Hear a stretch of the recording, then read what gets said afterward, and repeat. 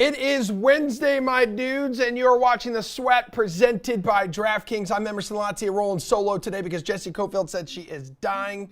Every time she coughs, she pees a little bit. Anywho, I'm dying for some U.S. Open golf talk. Bring out the gimp. Let's go, Jeff Ulrich, DraftKings contributor, RotoWire senior golf writer, Len Hochberg. Let's do that DFS thing. Let's price check because we're going to bring in Jason Sobel later in the show and do the betting thing. We have a $3 million golf millionaire contest on DraftKings. You win this thing, Jeff Ulrich, and you win $1 million.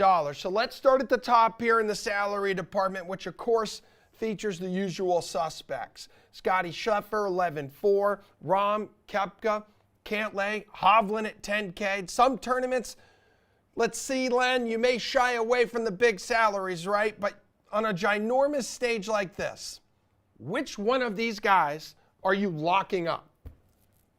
Yeah, good morning, Emerson, Jeff. I think we do have to go with one of the top guys. But first of all, we have to identify what is a top guy. I think traditionally in the majors, we see that, come on Sunday, the leaderboard, there's a pool of 10, 12, maybe 15 guys in this tournament who can win. I happen to like Scheffler and Koepka and Hovland best among the $10,000 guys. But we have to remember, this is the hardest week all year to get 6 for 6 through to the weekend. 156 guys in the field, but only 60 and ties will make the cut, less than any other week of the year. So, I want to get maybe as many of those 10, 12, 15 guys as possible. I could see a scenario to go into the 9,000s and try and load up on 2, maybe even 3 somehow. But, if you really think that Scheffler is going to win or Koepka is going to win or Hovland or whoever your guy is going to win, I think you have to get him in your lineup. Jeff Ulrich, Len nailed it. Hardest week all year to get all 60 of your guys through to the weekend. Which of the big dogs are you leaning on? Look, as far as who I think has the best chance to win among the top 5, it's pretty simple. It's Scotty Scheffler's plus 650 for a reason. He has been just an absolute machine tee to green. If his putter turns at all this week, he is probably going to be the best player available. So starting lineups with Scotty Scheffler is actually quite easy this week because this is a U.S. Open. This is a major. The pricing is different than it is in a regular tournament, and we have an elite field. The guys at 7K and even 6,800, they're really good players, and you can create balanced-looking lineups with a lot of talent down your lineup. I think you can use 2 players over 10K this week if you want. The balance approach, like Glenn mentioned, absolutely in play. But again, for the big GPPs, for the Millie Maker, we are chasing upside. And if you can get Viktor Hovland and Scotty Scheffler in lineups, that's a lot of upside. Probably my 2 favorite plays above 10K. If you're not going to use Scheffler, starting with Hovland lets you go with that balanced approach that Len mentioned. So those 2 guys, Scotty Scheffler, Viktor Hovland, really my 2 favorite plays above 10K. Can anybody of these 5 players win in this range? Absolutely. But, as far as just where they're looking at and who I would be targeting, it would be Scheffler, Hovland. And, the most sort of overvalued play would definitely be Cantlay. 10-3, again, not discounting his chances, but really what is Cantlay doing at 10-3 when guys like Spieth, McIlroy, Xander, they're all a lot cheaper? Yeah, and with Cantlay, after that slow start in his pro career in the majors, has now 4 straight top 15s in them. It is funny, though, with him because he's got the 4 straight top 15s, yeah. But do you ever remember Patrick Cantlay actually being in contention for a win at a major? Because all the talk, because all the talk, Jeff, is how freaking slow that guy plays. That's right. By the time he gets himself in contention, the tournament's been over for 2 days. So it's true. Len Hochberg, you just mentioned you kind of like the idea of going down to that 9K range, which right under $10,000 is Rory McIlroy. How do you feel about his game at LA Country Club?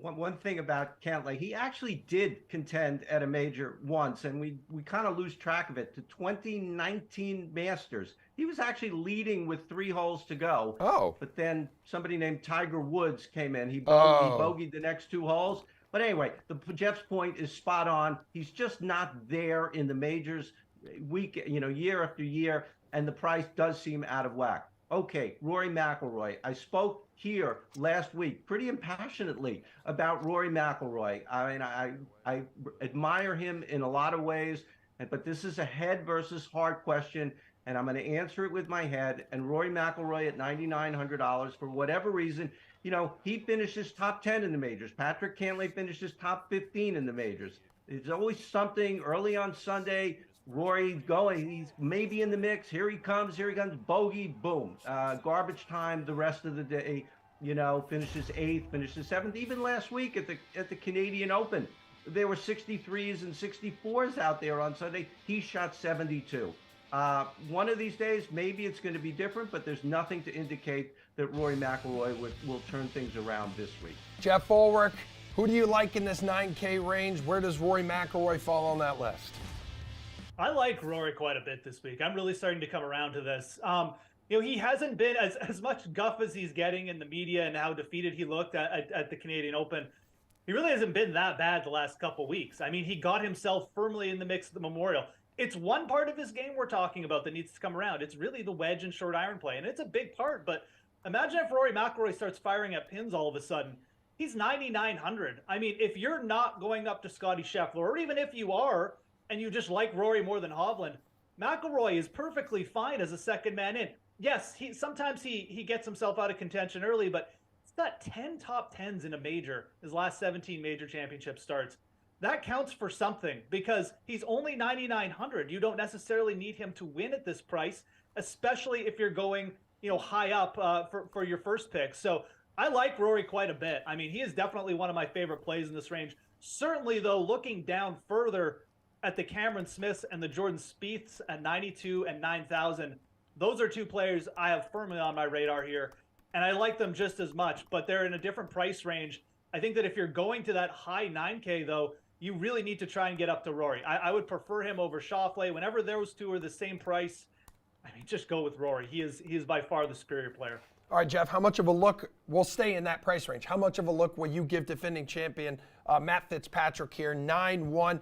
Battled that neck injury in the beginning portion of the year, but seems to be in his groove again, in his bag, as the kids say. T10 at the Masters, winning the RBC Heritage, T9 at Memorial, and then T20 in your neck of the woods in Canada.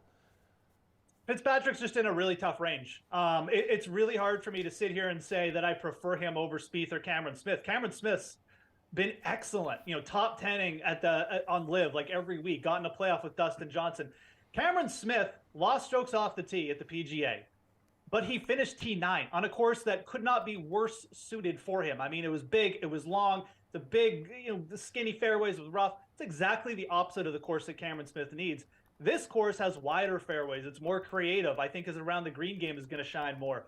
Cameron Smith at 9,000 being cheaper than Fitzpatrick, he's just a better play, in my opinion. I mean, they're both major championship winners. It's nothing against Fitzpatrick. He's just in a tough range. And then you've got Jordan Spieth, who's really come back from the wrist injury, who I really like as well. 5th at Memorial, looking good everywhere. If his putter shows up, just like Scheffler, I mean, there could be fireworks there. So, unfortunately, I would have to rank him 3rd in that range. I mean, Spieth, Smith, if you're looking for lower ownership, I think Fitzpatrick will get you that. So maybe you could use him with Smith or Spieth, but you're going to have to bypass one of those two I just mentioned to use Fitzpatrick this week, which I just don't like. And Len, as Howie just reminded me, Matty Fitz getting the braces off this week. That has unlocked a new power here, Len. You cannot overlook that. He's losing a lot of metal from his mouth, and he had to give the trophy back. So, he's just cashing in all over. I like Fitzpatrick a little bit too. I've seen his news conference the other day. He looks very comfortable. He has been playing well. I think he's in a good place coming in. And I'm going to piggyback 100% on what Jeff said. I love Spieth this week. I love Cameron Smith this week. This is not a traditional U.S. Open track where you just have to hit the ball long and straight or you're going to be in 6-inch rough. There's a lot of imagination out there that's required on the greens and stuff. And who better than Jordan Spieth and Cameron Smith, the two magicians, maestros, wizards, whatever we want to call them, that when I was talking about getting a couple of 9,000 guys in the lineup in the previous question that you asked, those are two of the guys who are very high on my list. You can easily get those two guys under your salary cap. Jeff, we'll talk some value on the betting board with Jason Sobel coming up. Right now, hook me up with your favorite overall DFS play on the board for the U.S. Open. Millionaire contest lineups are counting on you.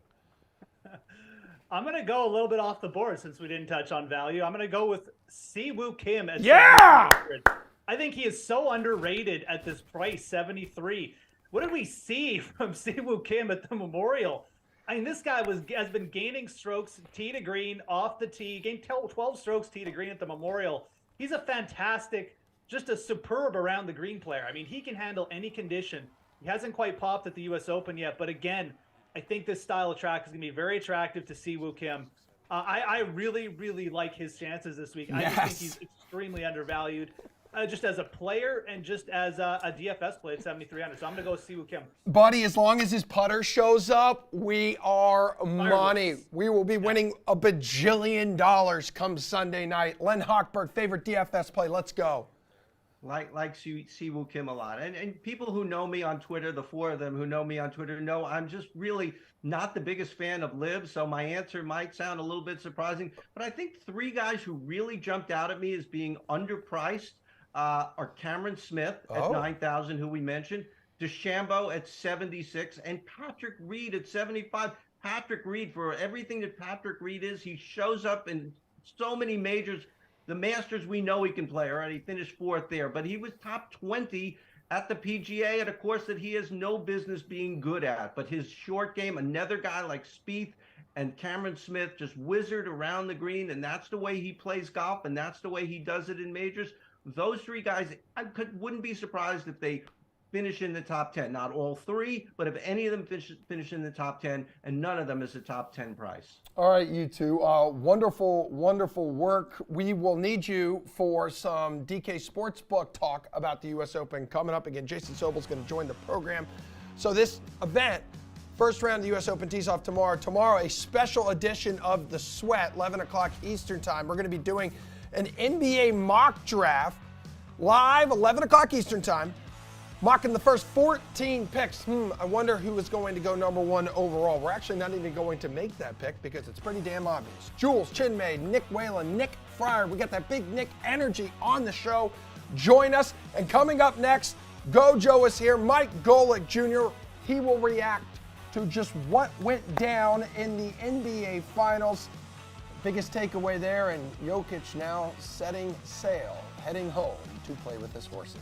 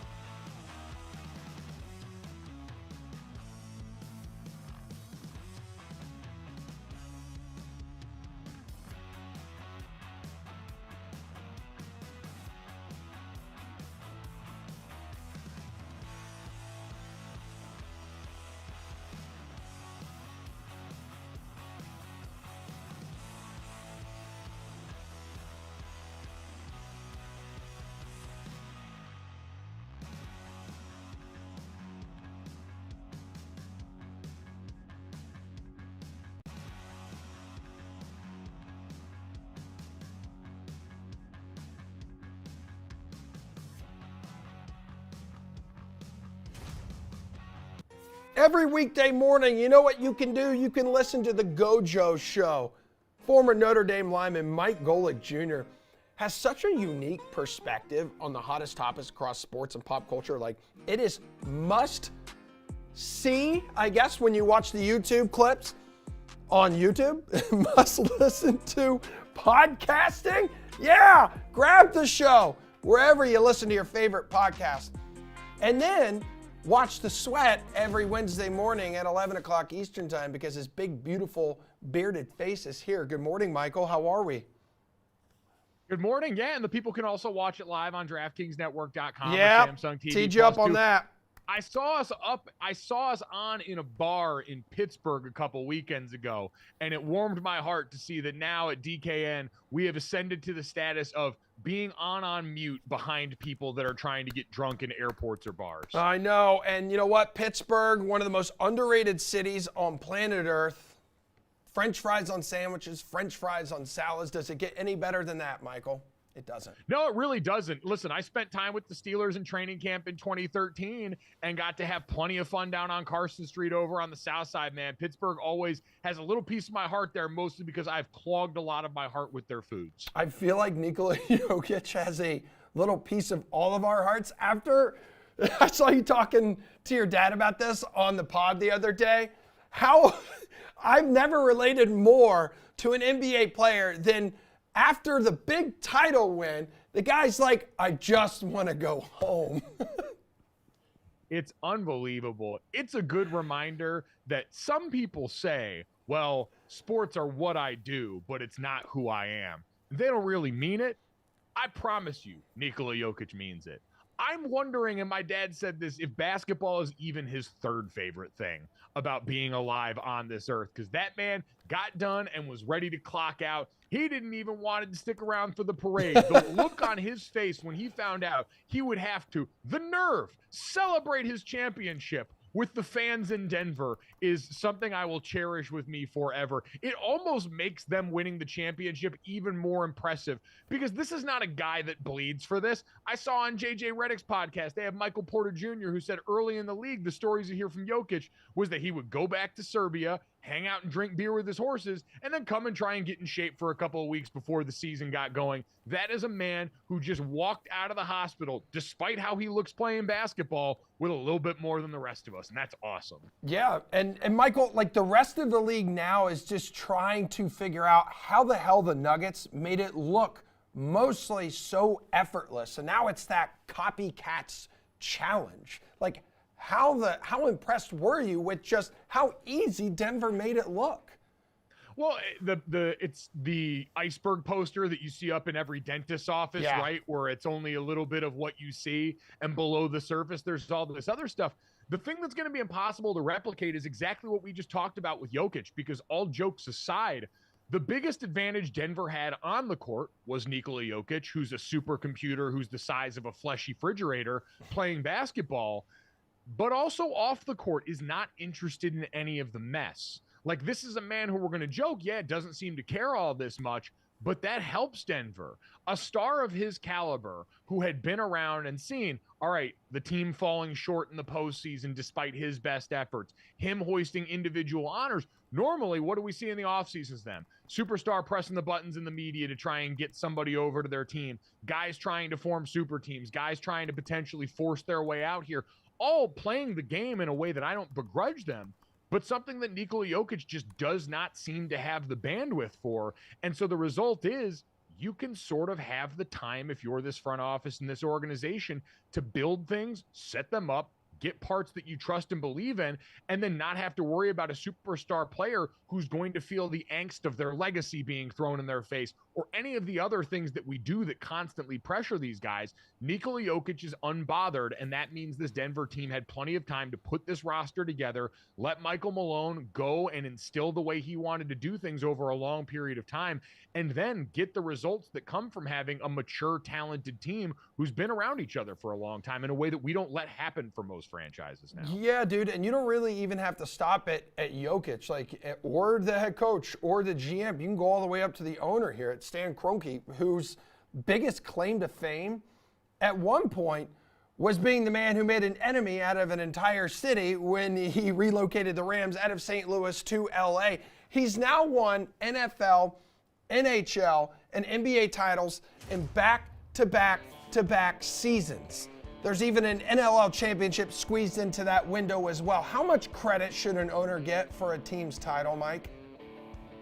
They should get credit for being willing to spend and empowering the right people, I think is the takeaway for Stan Kroenke here. In general, I still think it's weird we give them the trophy first. I get they're the money. I get that's how this all works. But let the players and coaches who actually did stuff do this. But no, I'd say the thing that shows you how willing Stan Kroenke is to empower the right people is how different the championships came. Let's take the Rams and let's take this run with the Denver Nuggets. The Denver Nuggets, a poster for a holistically grown team, their own draft pick, Nikola Jokic picked while a cheesy gordita crunch was on screen, time for Michael Malone, who's one of the longest tenured head coaches in the league, all completely in comparison and complete and total juxtaposition to the Los Angeles Rams, who burned everything and every pick that they could for the immediacy of a championship because they knew coming over to Los Angeles, you needed to show proof of concept quickly after that move for Stan Kroenke. And so one forsake their past and future in the name of winning in the present, and the other built this thing slowly over time, all completely different, but all trusting in the vision of whoever happened to be at the helm for that team while Stan Kroenke wrote the checks. The next trophy that'll be dished out in professional sports is going to be at the U.S. Open. That is right in your backyard at LA Country Club. What are the chances we see you there roaming the course? I may have found a way to weasel my way in over there on Thursday to go and check this out. And man, I just want to see what kind of tea is spilled on the course, right? You've got a hyper-confident Brooks Koepka walking into the press conference, finger wagging at everybody who continues to try to assign any of his success to going over to the LIV Tour as he reminds everyone, I'm pretty sure I know how to prepare for a major. I've won 5 of these things. You've got that in the balance, still a whole bunch of PGA players who feel some type of way about how the situation with the PGA and LIV is gone. And oh, by the way, it's just a great venue to see some great golfers go out there and try and compete in one of golf's majors. So I'm jacked up for it. It should be an incredible week. Well, we'll be seeing if we can spot you out there. Apparently last weekend, Mike, you were spotted holding hands with Doja Cat, because this is a picture making its rounds on the interwebs right now. Mike, where were you last weekend? Listen, I want to speak for me, for Kyle Long, for Ryan Russillo, for the rest of the bald-bearded white men out there. We are all very much happy in our collective relationship with Doja Cat right now. Please respect our privacy. I'm glad that our bodies are clearly summer ready. Shout out to the king for being ready for his moment there. But yeah, listen, we're just trying to live our lives, man. Bald-bearded white guys and the archetype that we work off of. It's not always wins out here. We've had the Follicle Challenge struggles that tend to accompany us, but overall, you can see we're thriving right now. You love to see it. It might not be large excellence there, but it's still bald-bearded excellence, and that's something that we can all approve of and appreciate. This is the whole, Mom, I want Mike Golick Jr. We have Mike Golick Jr. at home. That's Doja Cat's boyfriend there, Michael. Exactly. You don't need all that stuff right now. This one is half the price and tastes just as good. All right, hand out your Gojo Rose of the Week. Who or what gets it? Man, listen, I don't know how you can go anywhere but what we saw in the PGA last weekend, where you have got the security guard from the RBC Canadian Open going full Leroy Jenkins at the end of this round here. It's unbelievable. You're watching this great moment go down for Canada, right? Where everybody can feel really good here. Nick Taylor gets the win, the first time in 69 years a Canadians won their Open, and his buddy Adam Hadwin, his countryman, one of the guys that's grown up in the same, or been from the same town as him, wants to come over and celebrate, and it's a good reminder. Golfers just look like regular people. And people made the point that, well, Hadwin had changed out of his attire from the round. So what? If he had been wearing the attire from the round, so is every other middle-aged white guy at a golf tournament wearing a polo, slacks, and golf spikes in some occasions. So I don't fault the security guard. Preparation met opportunity. That guy's been clearly out working on the sled, working on the tackling dummy, getting his form right. And Emerson, I guarantee you this. Some coach during college, during OTAs and minicamp we have going on right now, as the high school season gets going this fall, some coach is going to have the clever idea to work this clip into their teach tape that they show the team in the morning. I can guarantee you that. Yeah, it's going down in South Bend. You know it. You know they're going to break this out before fall camp. It was a perfect tackle, and all I can think about is the gif with Belichick with his binoculars. Right? He's up there, Nike the dog, getting ready to draft a security guard. Now, he's not a white wide receiver, which holds, they might hold that against him a little bit, but incredible form. Saw what he hit, got his head off to the side, wrapped his arms through, and ran his feet through contact. Flawless, no notes. It was funny seeing on Twitter all of the former or current NFL guys who were commenting on the guy's perfect form. It's like, all right, dude, no higher praise than that. Mike Golick Jr., awesome as always. Thanks for joining us. Enjoy LA Country Club, dude. See you, buddy. All right, everyone, hang out because, yes, a new team has lifted Lord Stanley for the first time in its team history. We will talk about it with Paul Bruno coming up next.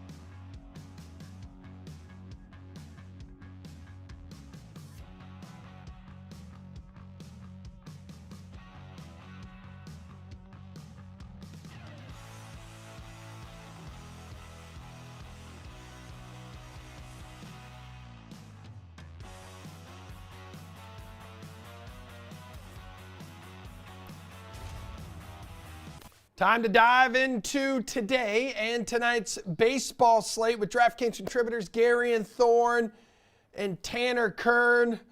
Gare Bear, very quickly, how impressed were you with the reverse boycott yesterday with the A's, who continued to win 7 straight victories here, dude, and nearly 28,000 fans showed up to witness it?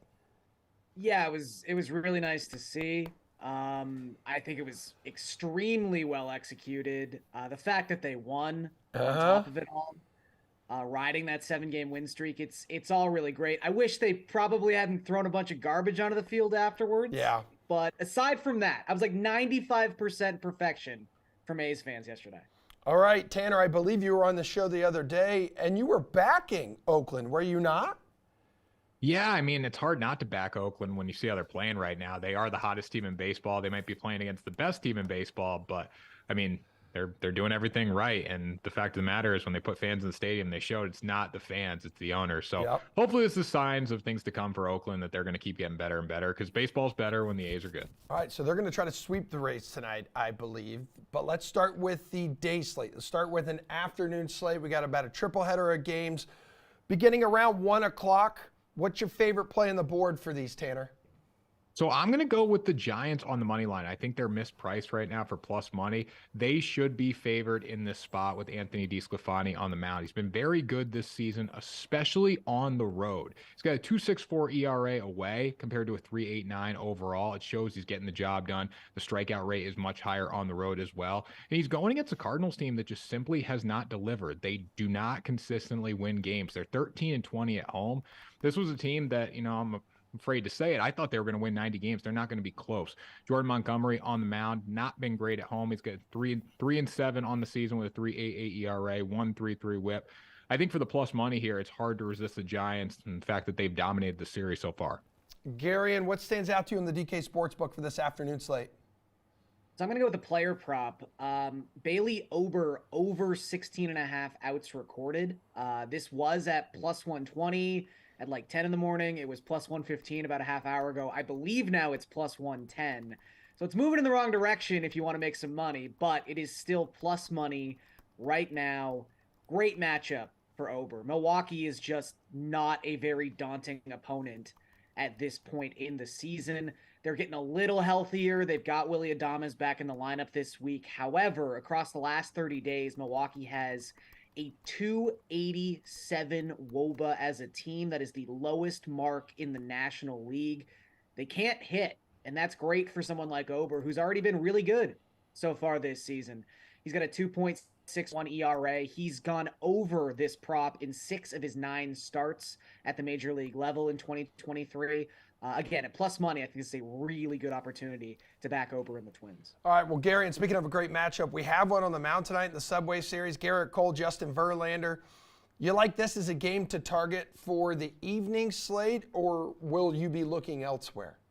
No, let's talk this game. Okay, let's go. I'm pretty far on the Yankees side of this thing. Having a hard time figuring out a reason to back the Mets, if I'm being perfectly honest.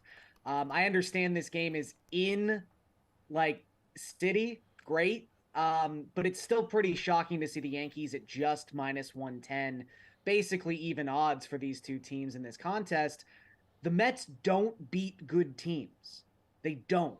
And I know the Yankees' offense is a little beat up right now, but the Yankees are still 10 games above 500. The Mets are 7-22 in their last 29 games facing teams above 500. They are 1-9 in their last 10 games overall. Justin Verlander's got a 4.92 FIP so far this season and is coming off his worst start of the season, albeit against the Atlanta Braves, where Garrett Cole hasn't been fantastic in the last couple of weeks, but he's still someone who has allowed 2 earned runs or fewer in 12 of his 14 starts this season. The Yankees are 11-3 when Cole takes the mound. That feels about right. I just think all signs point to the Yankees winning this game, and I am shocked you can get them at minus 110. Yeah, Tanner, on the mound tonight at Citi Field, we're talking 14 combined all-star games. Like, baseball doesn't get much better than Garrett Cole and Justin Verlander, former Astros teammates here, does it? You would think, but the way Justin Verlander has pitched this season, he hasn't looked like an all-star in any way whatsoever. In his past 5 starts, he's had 2 of those where he's given up at least 6 earned runs, which is very embarrassing for a pitcher like that. He's missing spots, and big league hitters are good enough to take advantage of it. Doesn't matter what your name is on the mound. Garrett Cole, the only guy who owns him is Rafael Devers. Lucky for him, there's no Rafael Devers on the New York Mets. Been very good this season, 7-1 with a 2.84 ERA. As Garion has stated before, that the fact that Cole has not been great, he hasn't been lights out every single start, but he's still delivering. He's putting together quality starts, and that's going to make the difference for the New York Yankees tonight. Judge being out hurts them, yes, but Pete Alonso's not playing for the Mets. And the fact of the matter is New York has won 1 game in their past 10 tries. So I do not want to back them. I don't care where the game is tonight. It doesn't matter if it's the Citi Field. I'm taking the Yankees. All right, Gary Bear, you gave us a player prop for the afternoon window here. Give us one for tonight that makes a lot of sense and could make for a solid play. So actually, I like both pitchers to go over their strikeout prop in tonight's game in Baltimore, Jose Barrios and Kyle Bradish.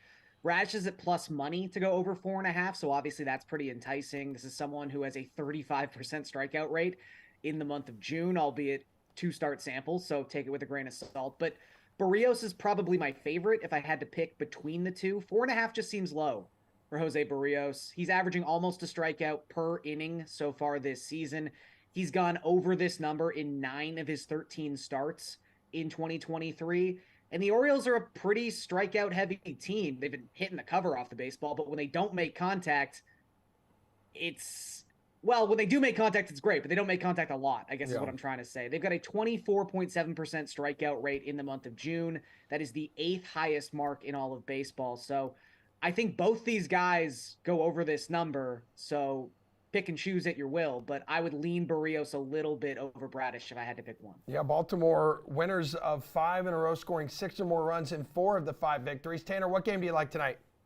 So I like Clayton Kershaw to pick up a win in the Dodgers versus White Sox game. You look at Chicago, they're kind of starting to figure it out just a little bit, but still not to a level that's going to put them in the postseason. When you look at Chicago, they're figuring out against the NL Central. It's not going to be against the NL West, especially the Los Angeles Dodgers with Clayton Kershaw on the mound. Kershaw's been really good this season overall, 8-4 with the 2.95 ERA, but at home he's been even better. He's 4-1 with a 1.45 ERA. He's got 43 strikeouts at home in 31 innings of work. This guy is still delivering at a very high level, and I don't think he's going to have that much of a challenge against the Chicago White Sox tonight. When you look at the White Sox, Mike Clevinger is going for them. He's been okay recently, but it hasn't been against the greatest of competition. He's 3-4 with a 4.19 ERA. I see the Dodgers getting to him early. I think Clayton Kershaw shoves early, puts together a quality start, and that's going to be the reason he picks up a win tonight. All right, Tanner, bring us home with some DFS knowledge here. Who needs to be in people's DraftKings lineups tonight? So I really like Michael Wacha tonight for some value. It's a loaded pitching slate, but there's a lot of high-priced pitchers. Wacha's coming in at $8,200. He's been doing 16.7 fantasy points over his past 10 games. And when you look at him, he's been delivering. He's carrying that Boston status over to San Diego, 6-2 with the 3.18 ERA. And at home, he's been even better, a 2.93 ERA. Going against the Guardians team that just has not delivered in any way whatsoever at the plate. They can spray the ball all over the field and put together runs occasionally, but they're just not consistent, and they've only hit 43 home runs as a team. So just off that alone, I like Wacha to keep the ball down the zone, get a lot of strikeouts, get a lot of ground outs, and score some fantasy points tonight. Gary, and who do you like as a DFS play tonight? So like Tanner, I really do like Clayton Kershaw on this slate. It's just a matter of who you want to pair him with. And I think Garrett Whitlock could be a really nice value play tonight at $6,700. I don't know if the Red Sox win this game. They're not very good at that. But Whitlock can definitely keep the Rockies' offense at bay. I mean, they've been bad so far in the month of June. They've got a 26% strikeout rate, just a 71 WRC+. That is one of the 5 lowest marks in all of baseball in that span of time. And it makes sense. This is a Rockies team that is far from whole right now. No CJ Cron, no Chris Bryant, no Charlie Blackmon. Their IL is stacked at this point. It looks better than their lineup. And Whitlock, to his credit, coming off probably his best start of the season against the Yankees. And of his 6 starts, if you take out the 2 where he had to face the best team in baseball, the Tampa Bay Rays, he's been okay. He's got a 3.22 ERA. 3 of those 4 starts, he held the opponent to 1 earned run or fewer. I think Whitlock against anyone but Tampa is a perfectly viable play, especially at $6,700. Gentlemen, I very much appreciate the work and knowledge and advice you just gave us and the people watching at home. We have one final break to go, one final block to go. We started the show with DFS chatter about the U.S. Open. Coming up next, best bets for the toughest test in golf that tees off tomorrow. Next. Ooh, yeah.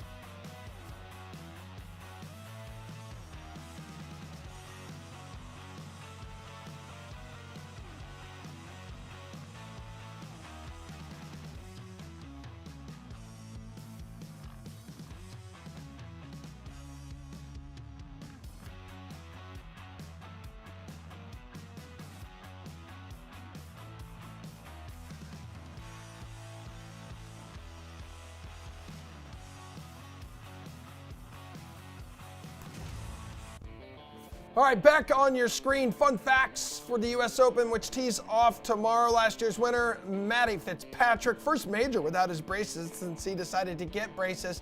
The 2023 U.S. Open, first major championship held at the LA Country Club. A lot of these guys seeing this track for the first time. 10 former U.S. Open winners in this year's field as well. Let's dive into a betting preview right now with DraftKings contributor Jeff Fulrick.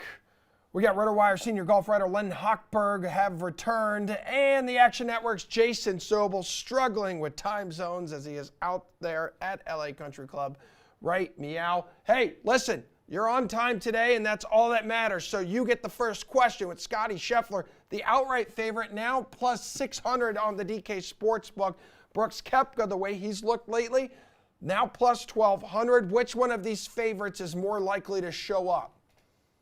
Well, I like both of them. Surprise, surprise, at the top of the board. That's why they're the favorites. Scotty Scheffler, I spoke with him yesterday, and some reports that he's tooling around with a different putter. And I asked him, hey, can you confirm or deny there will be a new putter in the bag? And he goes, nah, I got nothing. And he smiled. He was very nice about it, but he said, I'm not telling you guys. I'm not saying anything. you'll see Thursday morning. So Scotty Scheffler, who did not putt well 2 weeks ago at the Memorial, did not putt well at Colonial the week before that, has not putted well for much of the season, but he was at least field average for much of the season. He's dropped down to 146th, I believe, strokes gained putting right now, which isn't very good, especially for a guy who's number one in the world.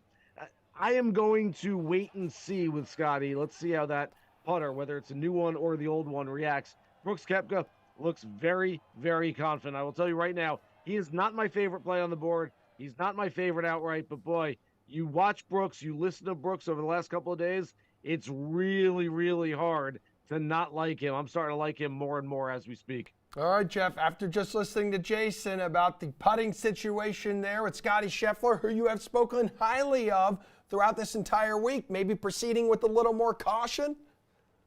Oh, I mean, look, he's down to plus 600, so I mean, there's no need to certainly jump in on him. But if we're talking about, you know, what players have done and just looking at past performance, I mean, as Jason also mentioned, like if he putts the field average here, I mean, this is going to be a really big week for Scotty Scheffler. So I like the fact that he's trying to address the problem because it is a problem. I mean, we're not talking about a guy who's just missed a couple putts.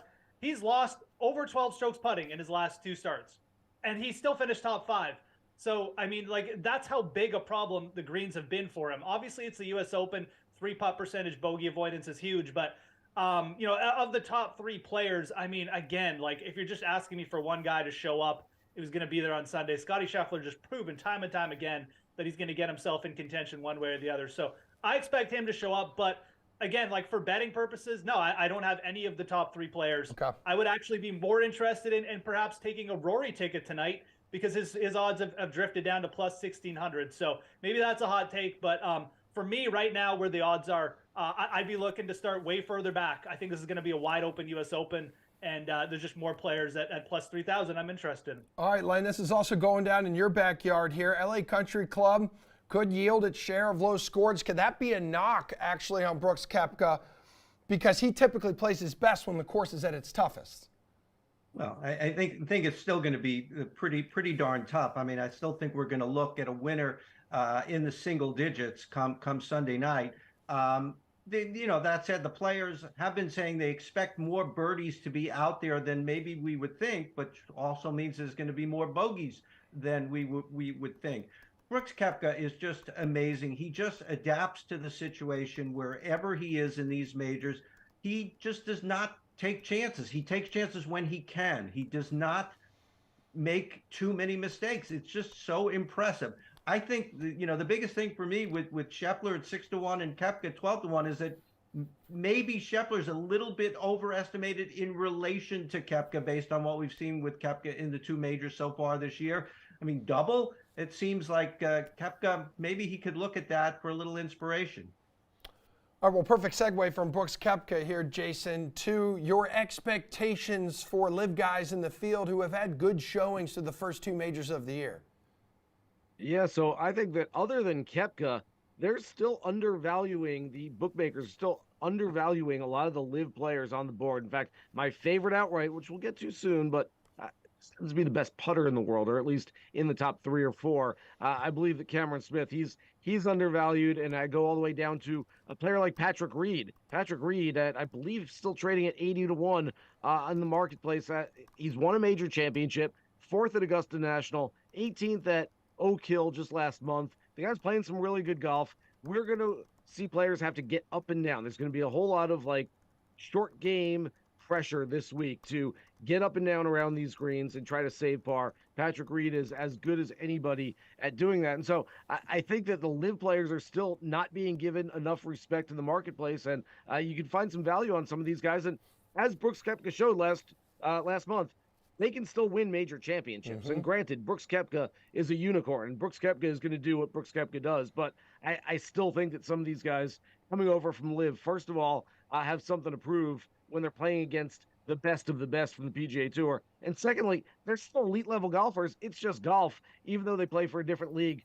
For now, that might change at some point in the not too distant future, but I still think there's some value on some of these guys. Yeah, and Len, you told us something very similar earlier at the top of this show. You're looking at some of these live guys to really bring it this weekend. Yeah, I don't don't know why I didn't notice it for the Masters and the PGA. It was probably even more pronounced there, but these guys are undervalued. And the same, Brooks Koepka should not be double what Scotty Scheffler is. I agree with Jason. Cameron Smith at 30-1, that's the same price as Xander Schauffele, and they've got longer odds than Patrick Cantlay. I mean, what has Patrick Cantlay done to deserve to be better on the odds board than Cam Smith? And Patrick Reed, also 80-1, as Jason said. I hate to, but even, I'll throw one more name in there who's sort of fairly priced, but Bryson DeChambeau, 40-1. I think he should be a little bit shorter. So we should remember that this week, and we should remember it for the Open Championship next month. All right, Jeff, out of all the live guys not named Brooks Koepka, which one are you most likely to back on the DK Sportsbook? I mean, I've backed multiple of them. I mean, I just echo what these guys have been saying. I mean, there is just better numbers available on the live players, and all these guys are really good. Bryson, I think, to me, actually just stands out the most because of the event that we're at. We're at a U.S. Open setting. This is an event where typically we've seen like 20, 25 players realistically have a shot to win. I know it's going to be a little bit different this year, and it's a little bit of a unique setting, but at the same time, this is a 7,400-yard par 70. There's 290-yard par 3s in play. The last 4 par 5s are probably all going to play over 490 yards. It's a Bryson DeChambeau course, and he's plus 4,000. And you're telling me guys like Xander, Tyrrell Hatton are like, half his odds? It just makes no sense. Bryson was the first-round leader at the PGA. He was top 5 there. He's looked great. He's back in shape. The only reason he's plus 400 is because he plays on live and because no one likes him. So that's fine. But you take your personal bias out of it, and you just look at this, and this price makes no sense to me. And I think you go down the board, pretty much every live player has a similar argument. Cameron Smith at plus 3,000. Are you kidding me? This guy is the best putter in the world, as we've already talked about. Reed going down. Mito Pereira gained like 8 strokes ball striking at the PGA Championship. He's plus 8,000. Live is where it's at right now in terms of betting. You got to get exposure to a couple of these guys because the odds are just too good to ignore. All right, couple minutes to go in show here, guys, so let's speed it up. Jason, long shot, 1, 2, however many you want to give us right now. Be quick. Could make a run at this title. I mentioned Patrick Reed. I love his outright number. I also have an outright on Siwoo Kim, who's finished in the top 7 in 3 of his last 6 starts. Massive ceiling. And then I don't know about an outright, but a long shot play, maybe top 10. Ryan Fox. I've got some good vibes about Ryan Fox, who's finished in the top 30 in 9 of his last 10 starts. Jeff, give me a dark horse you're giving a chance to. I really like that Ryan Fox call. Really underrated player, too. I love Siwoo Kim. I already talked about him. Yep. I'm going to go Mito Pereira at plus 8,000. Just finished talking about Liv.